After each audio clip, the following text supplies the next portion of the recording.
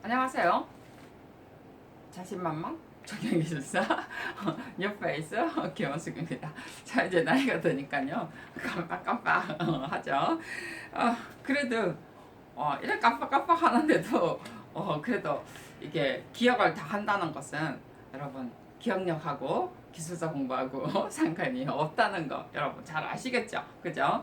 자, 저번 시간에는요 25강으로 무엇에 대해서 했죠? 우리가 진짜 오늘 깜빡깜빡 하는 것 같아요. 가보니까 모임 피곤하면 아무래도 기억력하고 관계가 좀 있습니다. 저 주작하고 이야기했죠. 구곡문화, 우리나라 구곡문화에 관한 이야기를 했고요. 자, 제가 정말 깜빡깜빡 하는 것 같아요. 저번 시간 이전에 우리가 그런 이야기를 해요. 실제 이제 저희 동영상에 들어가면요. 그 내용들이 막 흩어져 이래 나오잖아요. 그죠? 실제 유튜버 저 조경기술을 쳐보면 내용들이 이제 막 흩어져 나오기 때문에 우리가 그 조금 보기가 힘드신 분들이 계시는 경우가 많이 있죠. 그래서 당연히 뭐 구독을 안 하셔도 크게 상관없습니다만은 구독을 뭐 하시면 아무래도 동영상 모아진 걸 볼 수가 있는데 구독을 안 하셔도 여러분 동영상 이렇게 조경기술을 치면요 모아놓는 부분이 있어요. 모아놓은 곳 이래가지고 25강 이래가지고 지금은 25강이니까 그래서 이렇게 한꺼번에 모아놓은 걸 거기 들어가 보시면 동영상과 이렇게 재생 목록 이래갖고 뜹니다. 두 개 다 같아요. 그래서 동영상을 이렇게 눌려서 되고요. 재생 목록 해도요. 이렇게 차례대로 이렇게 나와요. 그래서 최근에 동영상부터 이렇게 나오거든요. 그래서 그쪽으로 보면 아무래도 최근부터 이렇게 나오기 때문에 쭉 앞에 1-2강, 뭐 1-1강은 소개니까 1-2강부터 여러분이 내용들이 들어가니까 그쪽으로 쭉 보시면 여러분이 좀 편하고요. 우리가 5강까지는 같은 옷으로 딱 돼 있어서 조금 이제 구분하기가 조금 더 쉽도록 되어 있습니다. 그래도 뭐 많이 봐주시더라고요. 보니까. 그 다음에 지금 2019년 지금 11월쯤 12월 달이 12일 오늘 지나면요 12월 달이거든요. 지금 2020년도 시험 날짜가 발표됐어요. 그래서 120회 시험 날짜가 발표됐고요. 보통 설날 전에 그 시험을 치도록 지금 만들어졌다가 이번에는 설날 전 이후에 시험을 치더라고요. 그러니까 2월 1일 날짜 나왔고요. 120회가 그렇고요. 121회가 4월 11일이고 122회가 7월 4일인데 조경기술사 시험은 6월 1일 시험 하나 치고요. 그 다음에 121회로서 4월 11일 날 시험을 치죠. 그래서 지금쯤은 공부 뭐 답지 써는데 좀 치중을 하고요. 정리하는데 좀 치중을 하시는 것이 좋습니다. 그래서 뭐 지금 이론을 해서 지금 공부하시면요.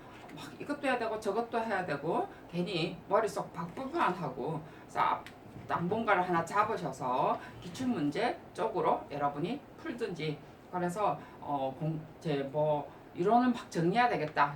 저 정리가 아니고 이런 공부를 그때 지금 시작을 하지 마시고 그거는 시험 치고 하시는 게 낫고요. 그래서 개설에 막 이론 해보면 이것저것 복잡하니까 기출문제를 중심으로 해서 여러분이 그냥 부분적인 법, 기출문제에 나오는 내용들만 여러분들이 정리를 하시는 게 좋습니다.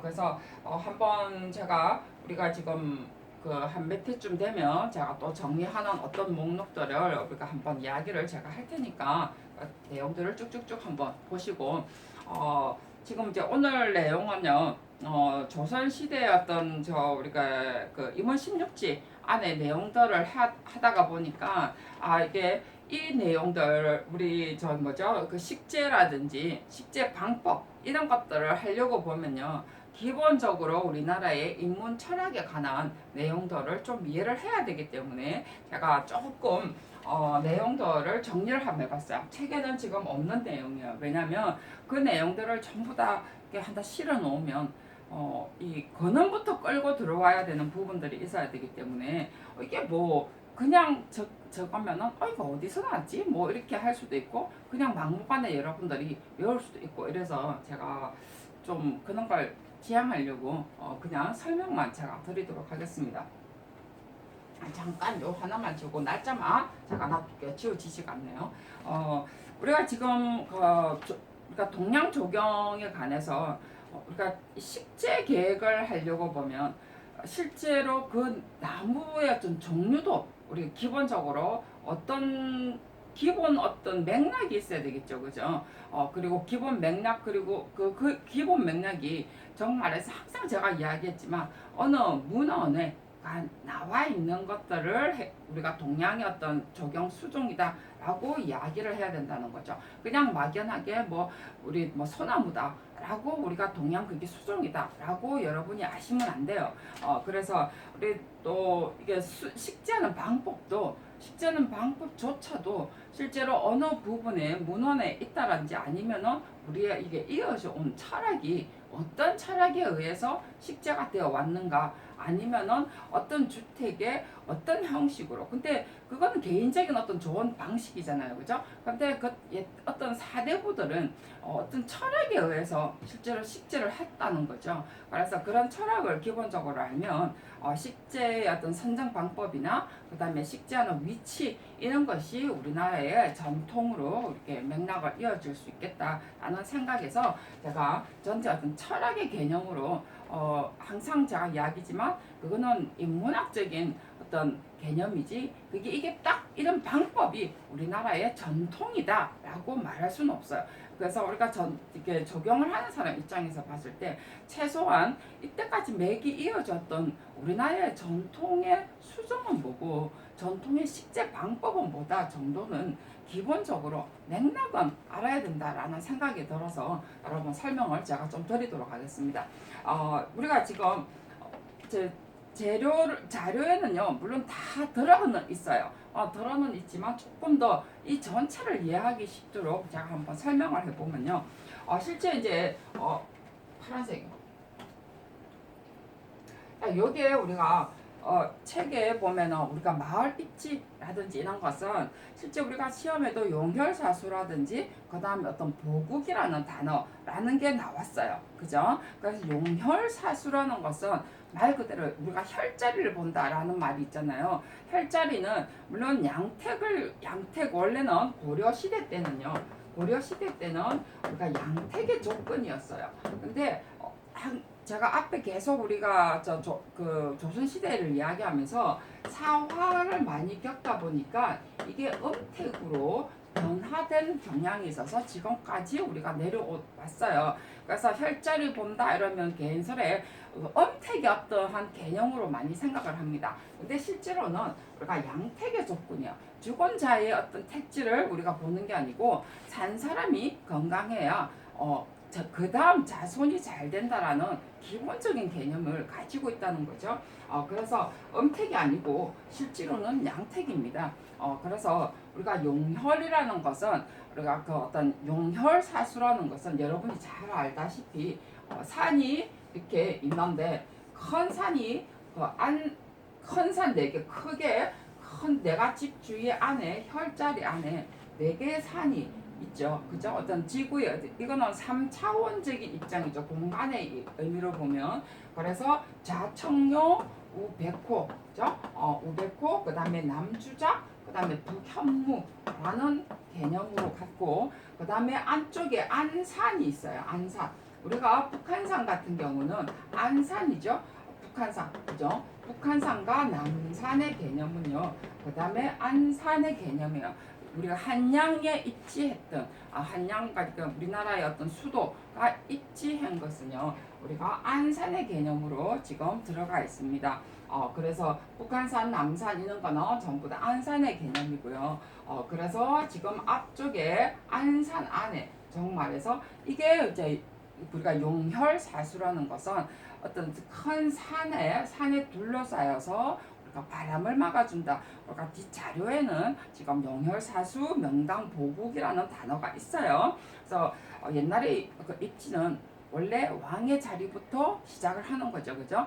그래서 왕의 어떤 자리가 잘 잡아야 백성이 편한 거니까. 그래서 그 혈자리를 하는데 산에 둘러싸여 있고 뒤에 산과 뒷산과 안산, 그 다음에 안쪽에 그 다음에 강이 자리 잡아서 정말서 안에 산에 둘러싸여 있고 앞에 바다가 강이 이렇게 내다 보이는 어떤 혈자리의 중심에 산을 보호받고 그 다음에 강의 물을 얻기 쉬운 그래서 풍수죠. 그래서 풍수 바람과 물 그러니까 이 풍수하니까 이게 바람과 물인데 산이네요. 근데 원래 풍수라는 것은 우리가 겨울에 바람, 그죠? 그 다음에 여름에 바람 이런 것은 다 산과 그 다음에 하천 물에서 나오는 거죠. 그래서 풍수라는 거죠. 그래서 풍수지리하고 관계되는 혈자리예요. 그래서 풍수를 보니까 용혈이죠. 사수 산과 물에 의해서 내가 자리를 잡는 곳. 그래서 산과 물에 보호받는 자연에서 보호받는 이런 곳에서 자리를 잡는 곳이 우리가 명당이라고 합니다. 이런 것이. 그래서 풍수지리와 그 다음에 이꼴 용혈사수, 그죠? 용혈사수 그 다음에 이게 명당보국. 정말해서 어떤 왕의 위치 혈자리를 잘 잡아야 국가가 잘 된다. 그래서 어떤 명당의 개념이 되는 거죠. 그래서 이때 혈자리의 개념입니다. 그래서 우리가 이제 있는 게 큰 개념이고 그 다음에 또 작은 개념으로 가면 또 그 자리에서 또 조금 또 작게 그죠? 또 앞에 내가 큰 뒷산 말고도 앞에 또 작은 산이 있는 곳에서 내가 뭐죠? 산과 그 다음에 하천에서 내가 중앙에 어떤 자리를 잡느냐. 그래서 혈자리는 여러 곳에 있어요. 그래서 내가 그 혈자리라는 것은 항상 뭐라고요? 내가 보호받는 앞에 뒤에 바람과 그다음에 물 이런 것에 자연에서 보호받는 곳의 자리가 어찌 보면은 가장 좋은 혈자리 양택의 조건이라고 볼 수가 있겠죠. 그래서 이제 이게 그러면서 이제 이게 국가의 어떠한 입지에 자리를 잡는다면 이번에는 뭘 잡는 거죠? 이제부터 주택의 입지를 하는 거예요. 우리가 아까도 이야기했지만 양택의 조건입니다. 그래서 우리가 어떤 지리적인 입장에서 어떤 도시가 않는 개념으로 본다면 접대가 아니죠. 아직 이 책에는 이종안에 우리가 택리지가 안 나와 있는데 모든 우리가 별서라든지 주택이라든지 도시가 자리 잡는 것은 그래서 그 지리가 인심을 좌우하더라. 그래서 전라도, 경상도, 뭐 경기도 이래가지고 그 지역 따라서 인심을 평가를 하고 있죠, 그죠? 그래서 지리와 인심에 따라서 하고 그 또 지리는 또 그 생리 정말에서 사람이 살아가는 어떠한 이치를 결정하더라라고 나와 있죠. 그래서 뭐 법수라고 우리가 경남 쪽에 가보면 그 함양에 가면 법수라는 지역이 있어요. 저는 궁금해가지고 아니 왜 법수죠? 법을 지킨다였어요. 법자가 그러니까 법자에 지킬 숫자더라고요. 그래서 아니 왜 법수죠? 하면서 이랬거든요. 그랬더니만 그 사람 말에 의하면 물이 보통 북쪽에서 남쪽으로 흐르잖아요. 그죠? 근데 거기는 남쪽에서 북쪽으로 흐른다는 거예요. 그래서 거긴 옛날부터 도적대가 많았다, 역적이 많았다라고 하더라고요. 그래서 법을 지키자 해서 지역의 이름이 법수라고 하더라고요. 그것처럼 우리가 어떠한 지리의 어떤 형태에 따라서 사람의 인심과 생리가 달라지더라. 이래서 그게 이종안에 그 택리지의 어떤 내용들이 좀 나와 있는 내용이고 우리나라의 지리명들이 그렇게 만들어져 있다는 거죠. 그래서 이렇게 주택에 따라서 입지가 되는 거고요. 주택 입지를 우리가 말하는 그 삼택, 그러니까 정말 양택의 삼요라고 그러죠. 그죠? 양택의 조건이라고 그랬어요. 양택의 삼요 세 가지 결정하는 중요하게 결정하는 양택 삼요라고 해서 우리가 삼결택이라고 하죠. 세 가지 결정하는 택지의 세 가지 결정하는 삼길택이라고 하죠. 세 가지 길택.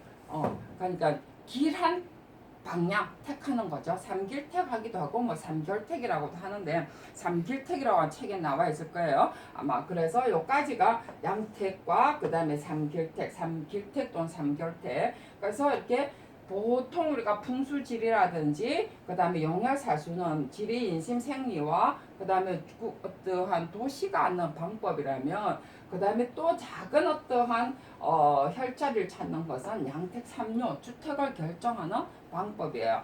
그죠? 그래서 이제 이런 것에 따라서 우리가 양택삼묘의 중요한 결정은요, 그 주택의 안방하고 안방과 그 다음에 대문의 결정, 그죠? 현관 대문, 그 다음에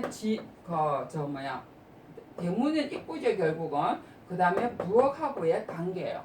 그래서 이런 것이 세 개가 결정을 서로가 하더라. 상하다, 어짜고 저짜고. 자, 그러면서 세 개가 결정 양택 삼묘를 하면서 우리가 무슨 내용이 나오냐면 이것을 이제부터 책에 나오는 거예요. 조선시대 문헌 중심으로서 수종 선정을 할 때 임원 16지의 식재법 안에 뭐가 나오냐면 이것이 내 좋은 집을 다 구할 수는 없다는 거죠. 하다가 보니까 어떤 입지가 기가 문제가 있다라든지 아니면 어떤 지역에 기간 문제가 있다라든지 그렇게 해서 뭔가 이렇게 뭐 강이 흘러야 되는데 강이 없다라든지 바람이 너무 한쪽으로 온다든지 이렇게 해서 길을 보완하는 기법으로 보완하는 기법으로 식재를 했다라는 거죠. 자, 그래서 수종 선정은 나중에 하더라도요. 그래서 보완하는 기법으로 한다든지 그 다음에 비보라든지 우리가 또 하나 하는 것이 뭐 우리가 절대향이라는 원칙, 그죠? 절대향의 원칙에 의해서 어떤 이것은 식재의 원칙이죠. 절대향의 원칙에 의해서 만들어지는 거예요. 그래서 이런 것을 가지고 우리가 식재를 한다든지 우물을 판다든지 식재하는 방법이라든지 우물을 만드는 방법, 아까처럼 물이 없는 경우는 우물을 파겠죠. 자, 이렇게 해서 우리가 식재를 하는 방법입니다. 자, 이까지가 실제 조금 더 이제 기회 보완 뭐 절대향의 내용인데 이까지 이제 하는 것까지만 하고요. 그 다음에 임원 16지로 조금 넘어가도록 하겠습니다. 다음에 또 우리가 우물 위치라든지 이런 것은 또 기회가 있으면 또 설명을 드리도록 하겠습니다. 오늘 수고 많이 하셨고요. 다음 시간에 임원 16지 식재법 가지고 본론의 내용으로 들어가도록 하겠습니다. 수고하셨습니다.